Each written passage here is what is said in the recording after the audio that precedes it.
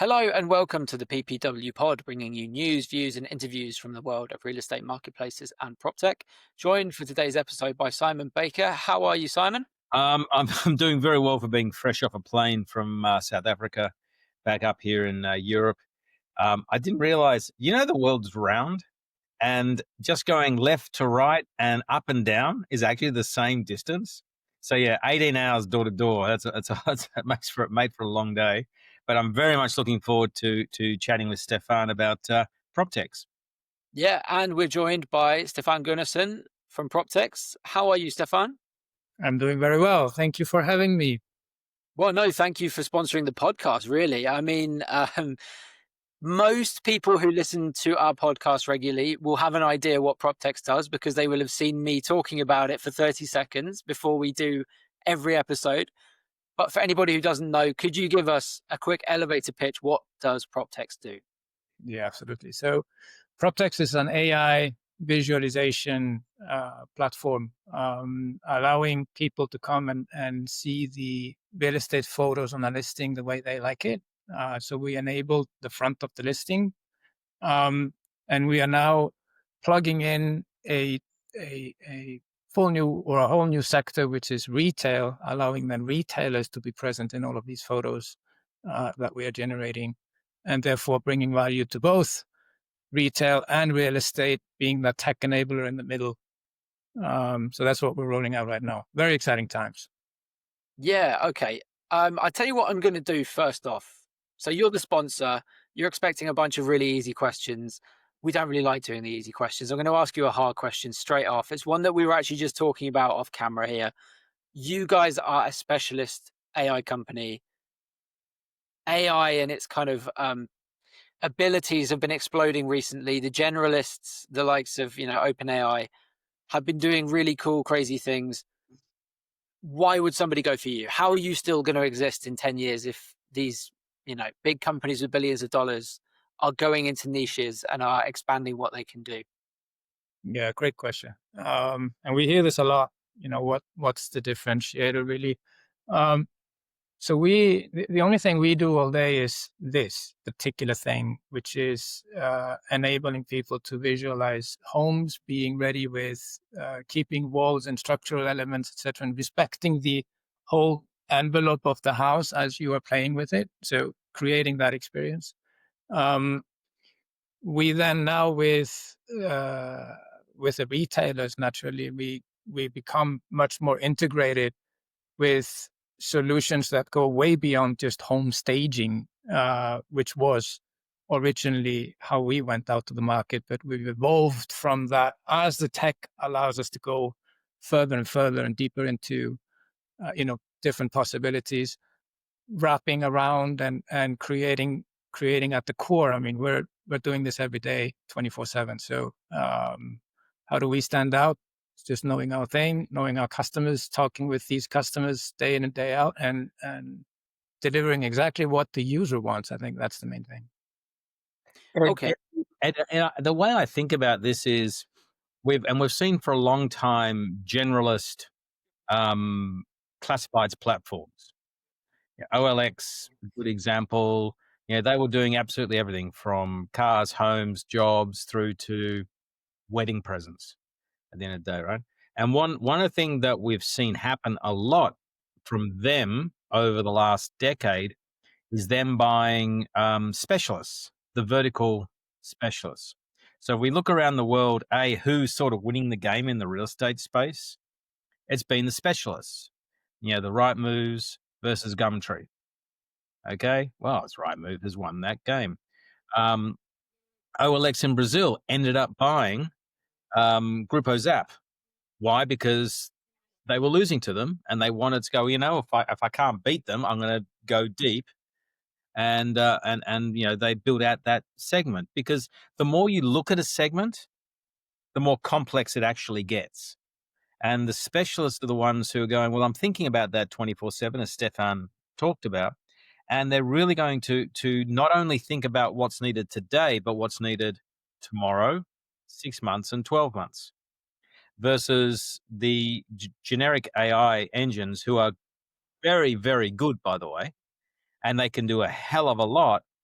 but they're not going to be as easily integrated into the day-to-day systems of, and Stefan's going to talk more about this, of whether it's a property portal or a real estate agency or a retailer. And it's that fact that they're focused and they're specialized in that area, I think, is what is different. And I actually had this same question yesterday when I was presenting to a couple thousand real estate agents in South Africa. Is, we were talking about AI, and they said, yeah, but won't ChatGPT do it all? And said, well, in theory it can, but it's not going to be tailored exactly to what you want. So you're going to have to do a bit more work to get the outcome you want versus someone who actually knows about it. Anyway, rant over. Back to you, Ed. It's Yeah. actually, it's So actually I want to contextualize a little bit more, so people listening here will have a sense of sort of what you do.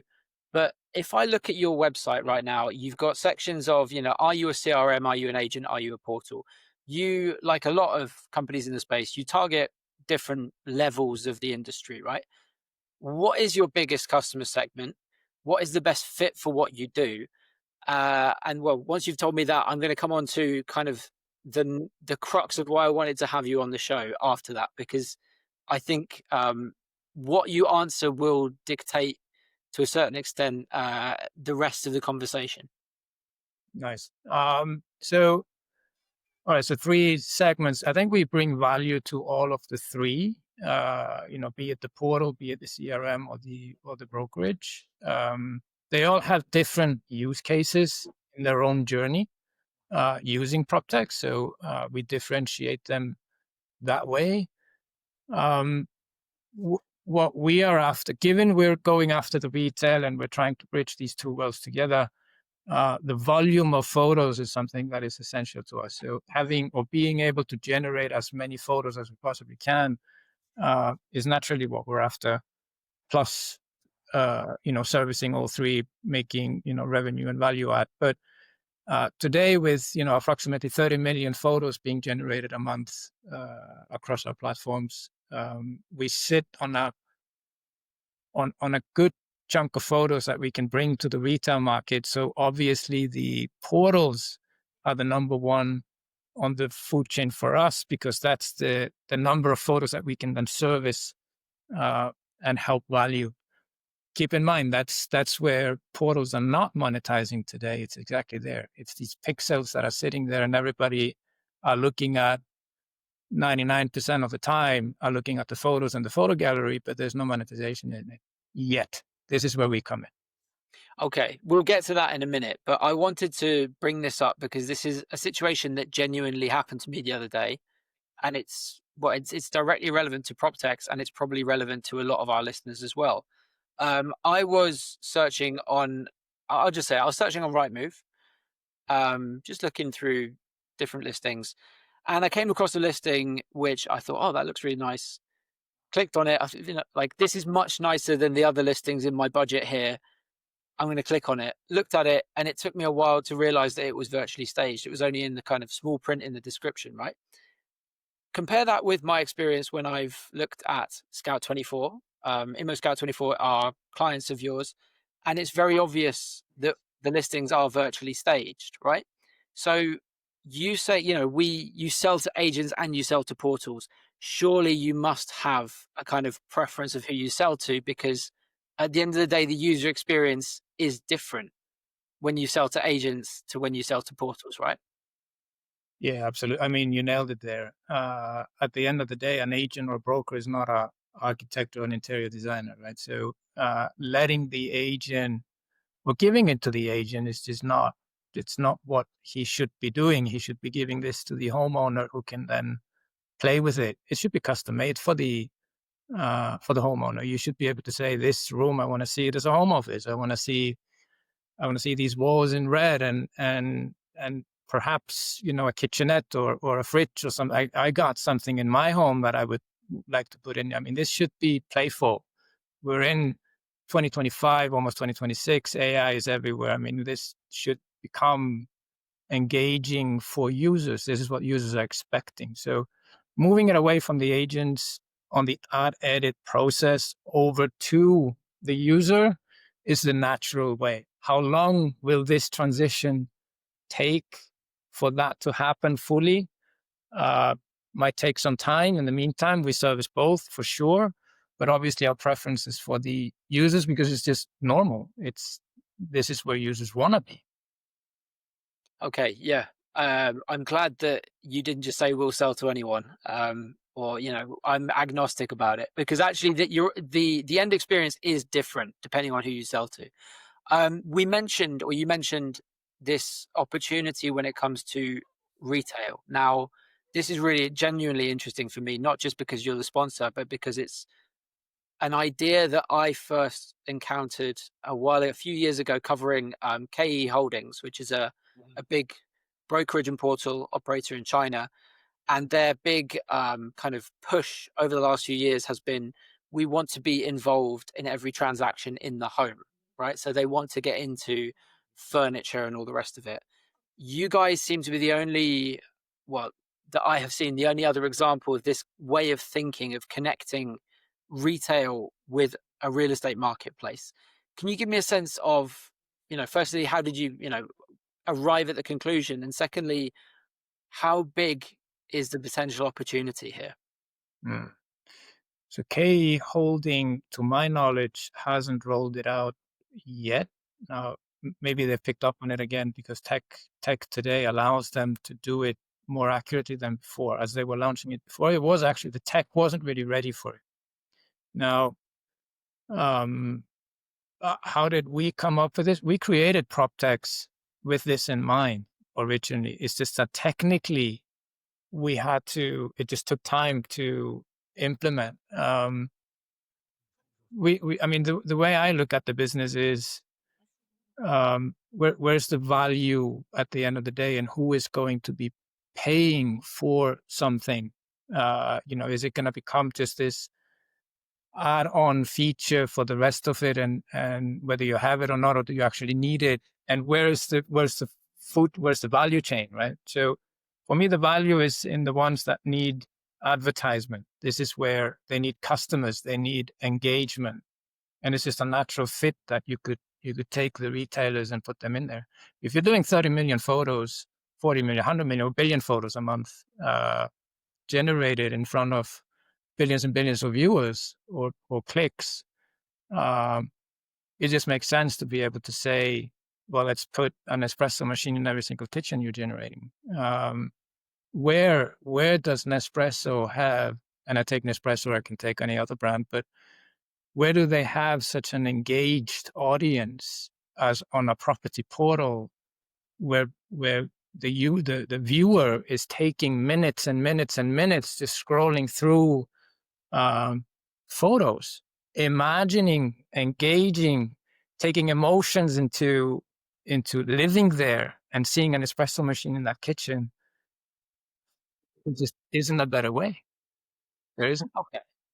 Now, okay, it's so the way you're sort of putting it out here, it sounds like it should have been obvious 10 years ago, right? So your background isn't in real estate or AI necessarily. Looking at your LinkedIn beforehand, you worked in the energy sector, and then you worked in the investment world. How is it that nobody's thought of this, but surely somebody must have thought of this before? And what was the kind of tipping point to convince you to start this company and to start this process? Yeah. So my background is always in the transformation part, right? Be it in energy transformation, or finance, digitalization, etc. I mean, that's where I come from. This is where I thrive. Real estate, why didn't no one think about going in there? The moment I started PropTexx, there was no AI. GPT wasn't out there. There was nothing. And the first idea came from CCTV. I was watching on the news something about CCTV, and then it clicked. I was like, yeah, we can actually recognize stuff in photos. And that's how the idea came along, right? But since that moment, and this is 5 years ago, right? We're not talking 20 years ago, we're talking 5. 5 years ago, that was the case. Today, we're 5 years later. A lot has happened. And the tech is just going crazy fast. Why are others not thinking about it? Others are. but there's just so much to do with it. We're overwhelmed with opportunities and possibilities in AI. What we're tackling is a very real problem. We're solving a problem, definitely, but we're very specialized in that particular problem. So we dive deep. Can we just discuss some of these use cases, because I'm sort of interested. There's one use case I can see from, and let's start from the person searching for a home. I'm looking for a home to rent or move into or to buy. And I guess when I look at either a portal site or a real estate agent site, doesn't really matter what I'm looking at. I want to imagine myself in that house. Now, historically, I've just been given 20 photos that an agent has probably taken with an iPhone or something, of varying quality. And I was looking at some yesterday, and some of them, just because we were doing this presentation, some were of abysmal quality, put it bluntly. And then I was thinking, well, what is it that people want to imagine? First of all, they want to see possibility, but they also want to see what they've already got. I mean, I've already got a house full of furniture here. And then if I buy a new home, guess what? The furniture's coming with me. How do you handle that use case? Yeah, great. That's the ultimate use case, right? But you're bypassing the retail part there, unless you then say, oh, maybe you're missing a lamp. You can buy that here.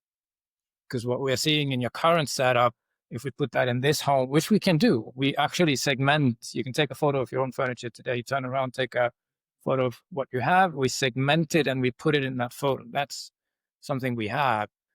And then you can start to add the retail part to it, where we can start to say something could go with it, right? So you could complement it. But on the retail side, what we're seeing, what the main questions that we are getting from the retail is this an intent? Is the intent there? When they come on a property portal side, is the intent of purchasing retail at that moment, which is very important, right? Is it, you don't come on a property portal, on a property portal to shop for a lamp. You come there to look for property. So it's a very different approach from going on an eBay or going on, IKEA.com or another retail site. And when you look at it, my answer is always the same. It's the beginning of that emotional journey towards something. If you're buying a property and you have placed elements within it, your emotion goes towards that brand because you've seen it in a setting. And so if you buy that property or rent that property, you're more inclined to go then to the store or go back on the website, go to the retailer and buy it. It's not an intent to convert, and we don't have a model that does conversion upon transaction in the retail world. We don't offer that. We're simply displaying it so that the emotion happens. Okay. I have a question. I'm just, as you're talking there about a user can take a photo of their furniture and virtually stage it in this listing. Mhm. And my tiny little brain is thinking, how on earth can you do that? When you take a photo on your phone, there's no data that's saved about scale. There's no thing that says the sofa in this is a however many inches across or whatever. How on earth do you get like a common, I guess, like vector between what you're putting it in and the data coming off somebody's phone? Without getting too technical, how on earth can you do that? It just seems really, really difficult. Yeah, I'll avoid being too technical, but technically, it is the XYZ. It's the in-depth calculation that is captured. So if you look behind you, you're going to have always this XYZ in-depth, and that's what's used. It's not to the comma, it's not to the millimeter for sure.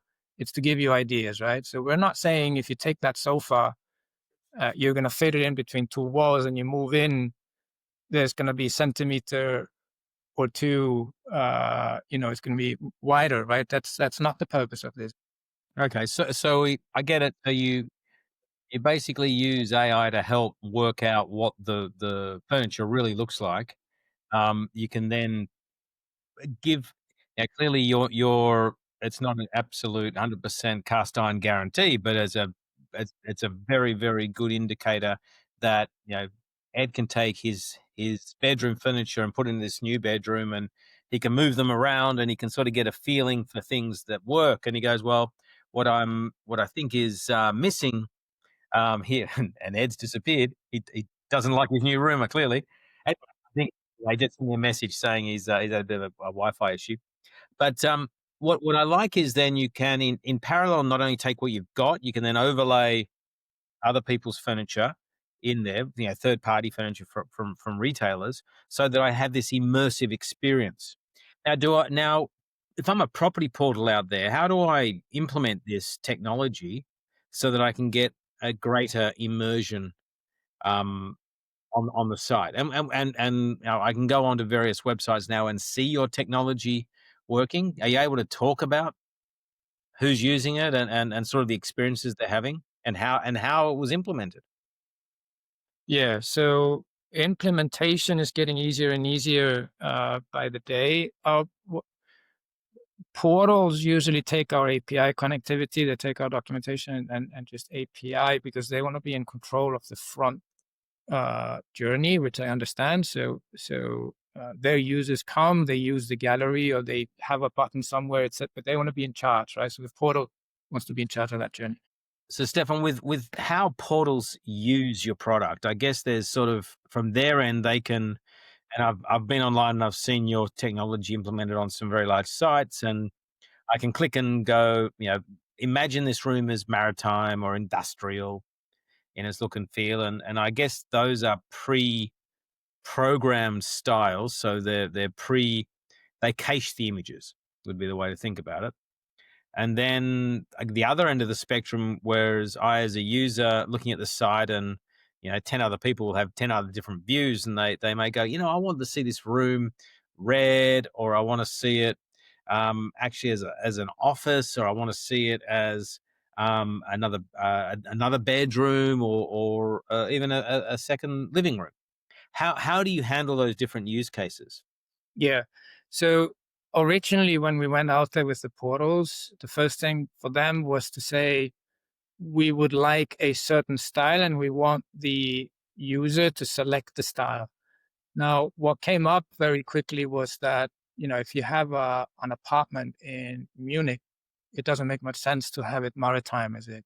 There is no view on ocean or anything. So, giving the user pre-selected styles doesn't make much sense. So we developed an algorithm that actually reads the room, the environment, and says, this is the type of furniture that would fit in here.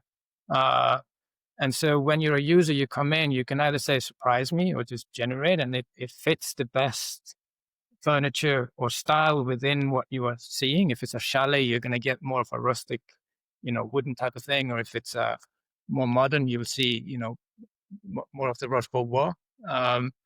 So that's one thing.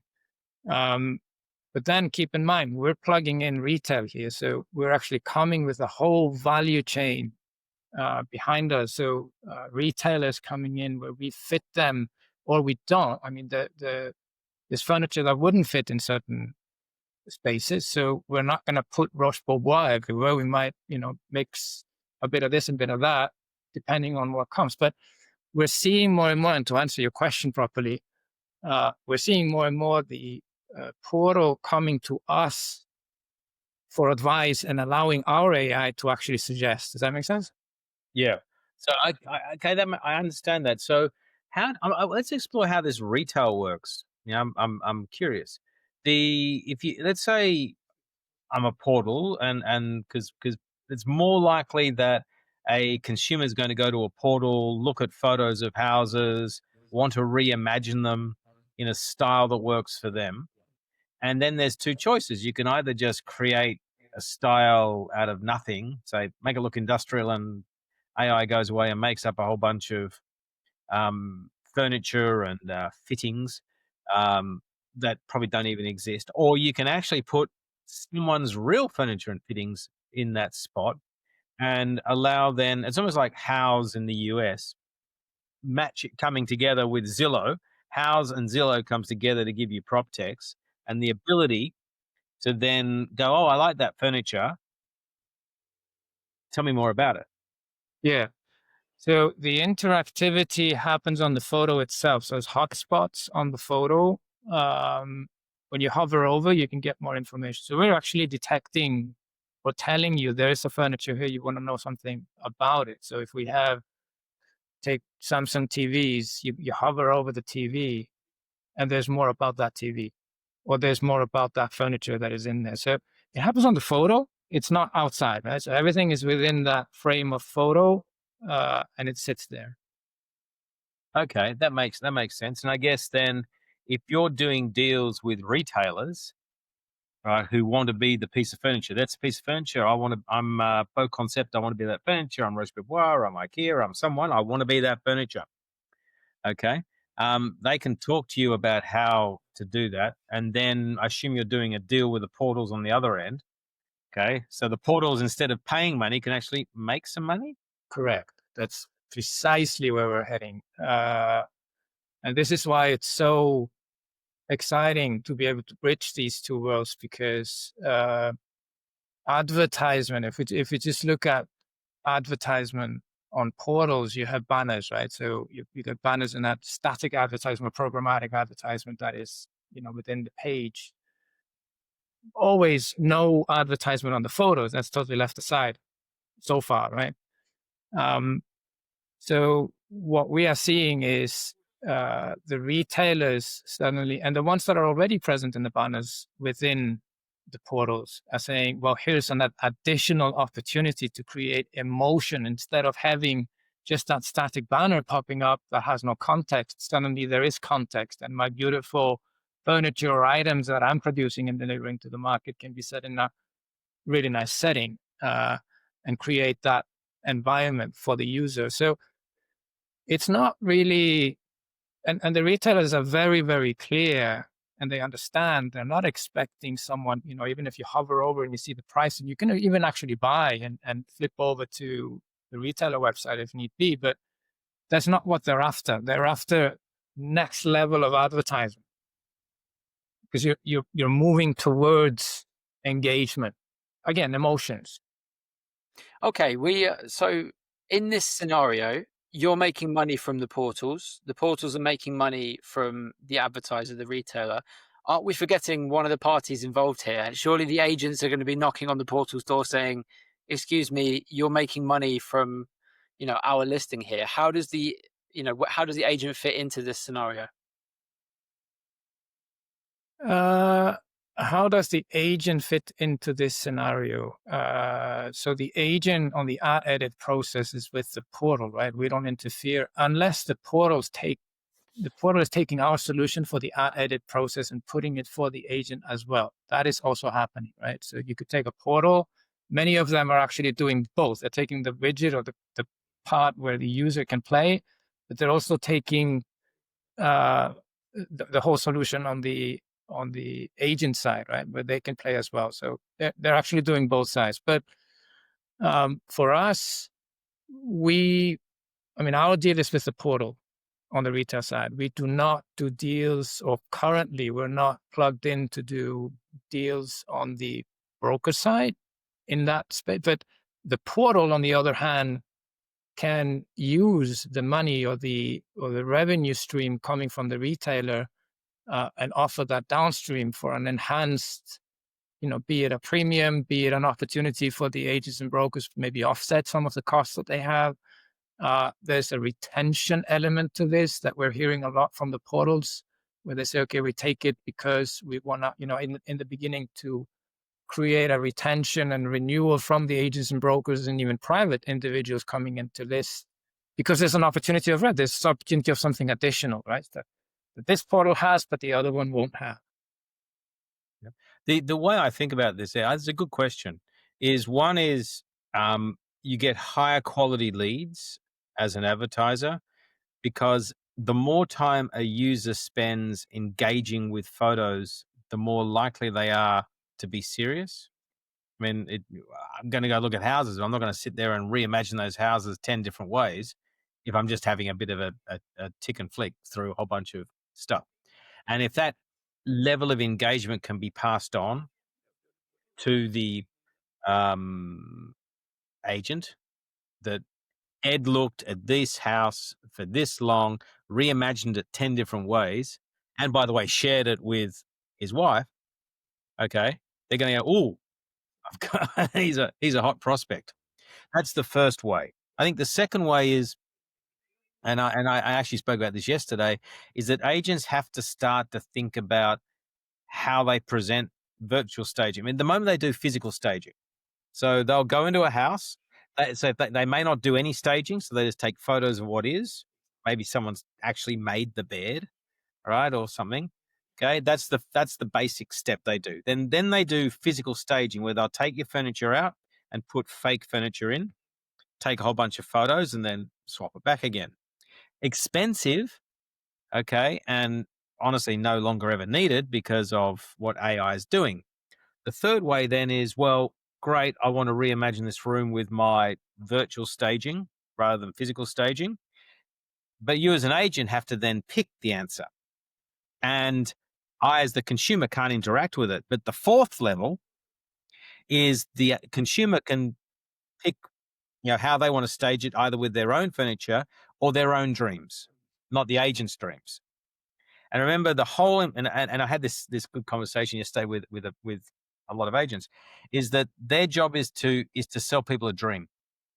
Now, it's easier to sell you a dream when you can dream your own dream rather than I've got to sell you my dream and hope it connects. All right.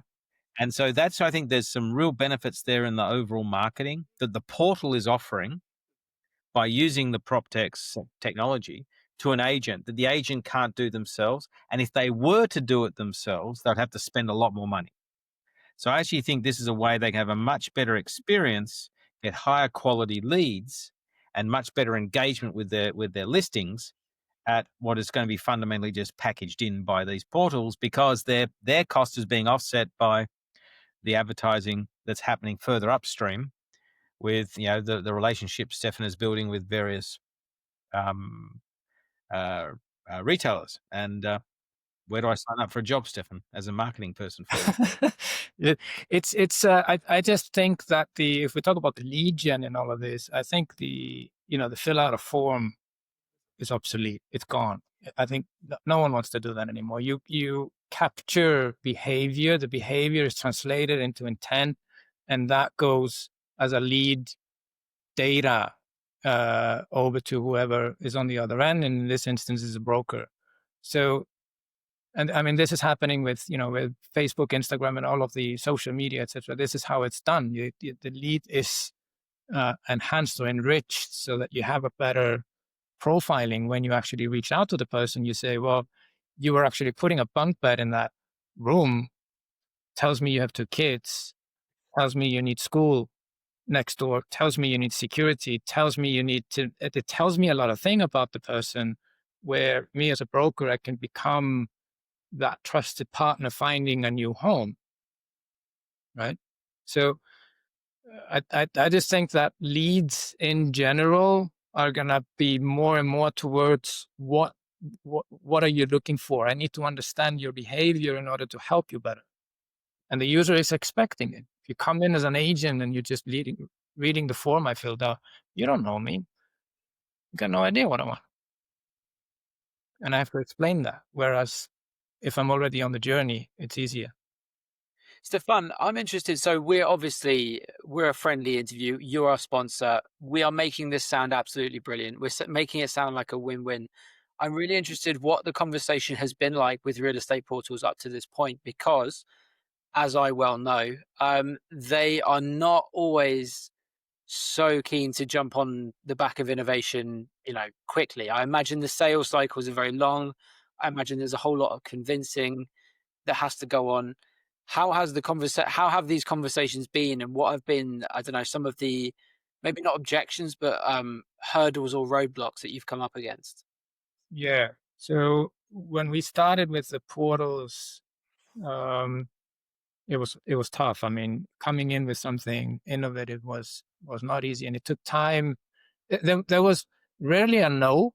it was usually, yeah, this is awesome, let's do something, etc. And we, conversations went on, etc. But then finding a slot in implementation, finding the focus on their part um, was difficult. What we are seeing today, or over the past 6 months at least, our sales cycle has shortened drastically.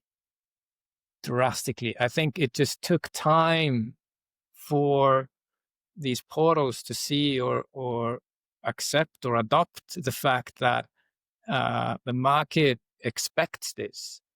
It's not about them fighting it. The market wants it. I know they have their business going and everything is fine. Why would you change a horse that is already winning, right? And making money. But at the end of the day, user experience is what they offer at the end of the day. It's, getting users in, as many as you can. And if you offer these tools, then obviously you can bring more. So we see, I would say, over the past 6 months, sales cycle from big groups, the largest groups are, they're coming at us now and asking, okay, can we just, we have the experience, we can roll it out, we're fast, it's plug and play, really. Yeah, and obviously they will have seen PropTexx being advertised on this podcast as well, which obviously makes a very big difference. Absolutely. That helps, for sure.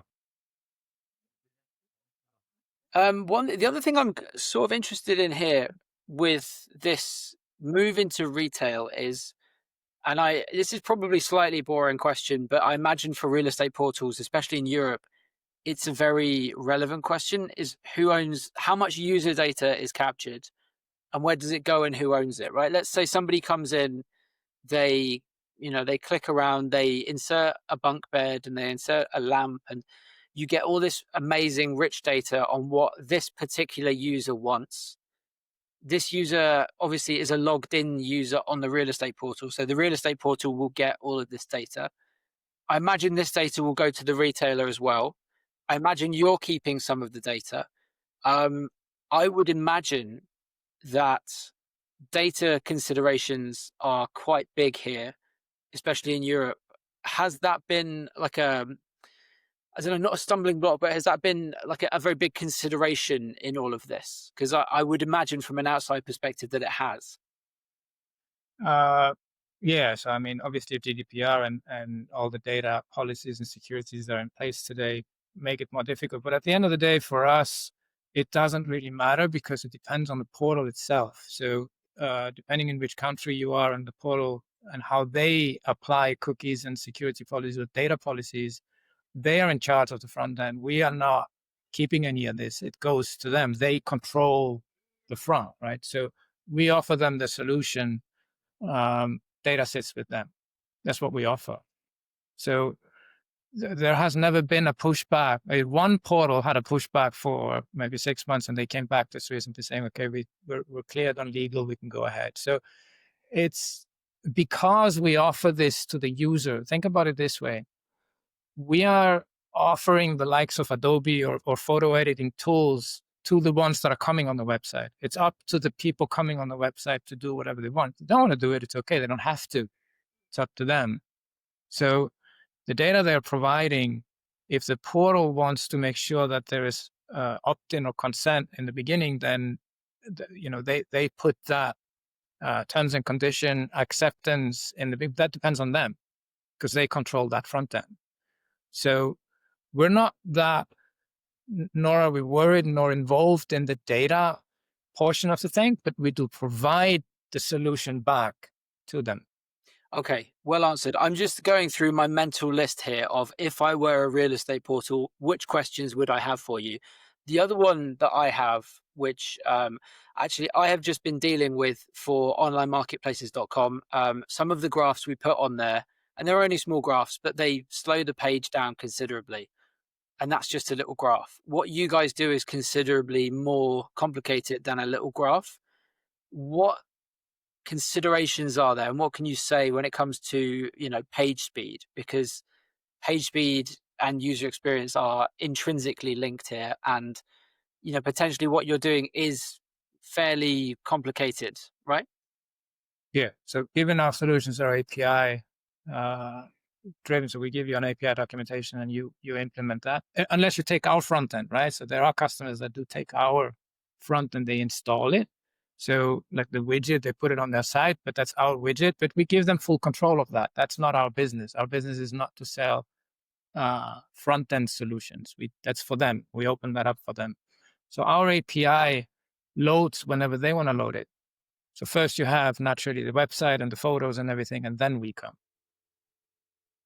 Fair enough. So- Okay, well, listen. I'm sold. If I run a real estate portal, I'm on the phone to James Gray tomorrow to get this set up. There we go. You know the number. But So I think the way I'm trying to summarize this, because I always like to have really clear models in my head about how this works. If I'm a user and I want to fully immerse myself in a home that I'm either buying or going to rent, and if I have the capacity to not just look at the pictures I'm given, but imagine them the way I want them to be, whether it's with my own furniture, whether it's with a large furniture manufacturer like a Roche Bobois, IKEA, or whatever, I can do that. Okay. Or I can just have it imagined with furniture that doesn't actually exist. My choice. Okay. I can then fall in love with the property. That as a use case makes a lot of sense to me. Then I'm going, well, where am I going to look at it? I'm going to look at it on a real estate agent site, a franchise group site, or a portal site. Now, clearly, you rather deal with portals than individual agents, because dealing with individual agents leads to a lot of installation headaches. But you've got really two solutions. One is a widget, which is a bit of code you add onto your site, and it interrogates the photos that are up there and basically allows you, just like with ChatGPT, ask anything. Make this room red, make it a bedroom, whatever. Go, and then it wanders off. It has to create the image, so you get a little spinning clock, which of course you guys use for an advertisement. Okay, and then it comes back with the images I was asking for, and then I can go backwards and forwards and play that ping pong game as I engage. Or I can take the other approach, which is the API approach, and do a lot of pre-programming. But you know what? I'm going to imagine this for my customers already, because I've got hundreds of thousands of properties like some of your customers. And I want to cache all these images so it's a much faster user experience. And I want to manage it in my own interface. Okay, as you know, some of your customers do already. That makes sense to the portal. And by the way, they can either have it that way, or they can even have furniture from a third party put in there, and they can make some money off the back end. Okay, that makes sense. And if I'm a retailer, whether it's furniture or, as you said before, an espresso or someone, I can have my products turn up hundreds of thousands of times in images. So if you're doing a kitchen, there's an espresso machine. If I'm doing a bathroom, there's a Dyson. There could be a Dyson mop there next to the wall, or I don't know, whatever you do in a bathroom. In a laundry, have the Dyson vacuum cleaner there, and so on, right? That's, what do they call that? That's virtual product placement. Okay.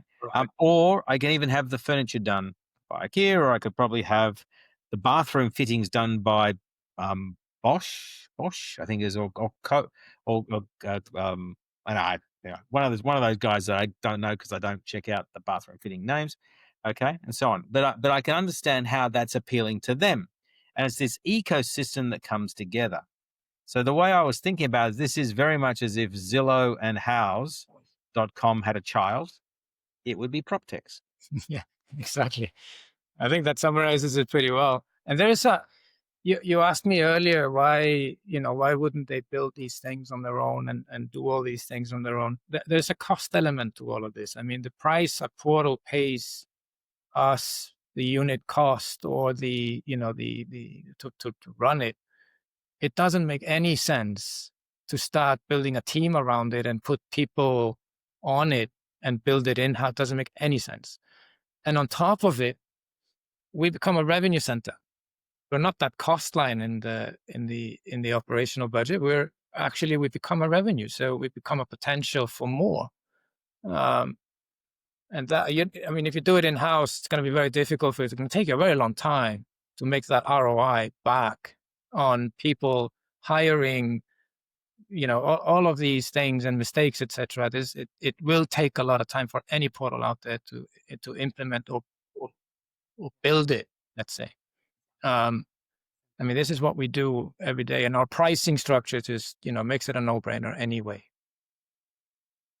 All right. Well, listen, you've had me convinced. Hopefully, people out there will have understood a bit more about what PropTexx does, what the benefits are, and I think the exciting possibilities of just generally linking a real estate marketplace with retail, which I think genuinely is one of the most exciting things going on in the industry at the moment. Stefan, thank you very much for your time. You will be at PropTech and Portal Watch very soon. There will be a workshop happening on the first day of the conference where people can learn a bit more. We'll have the link to sign up for that workshop in the description of this. I think it's very much worth attending. These workshops, by the way, they're always oversubscribed. We do sometimes have to tell people, were you signed up? Well, no, if you weren't signed up, you can't come in. Please, if you want to come to one of these workshops, sign up. Otherwise, you may not get in. Stefan, Simon, thank you very much for your time. It's always good to hear about what the sponsor's doing, especially because it is so relevant to what our audience want to know. Thank you. Thank you for having me. Thank you very much. Thanks, Stefan. Appreciate it. Thank you. Thank you, Simon.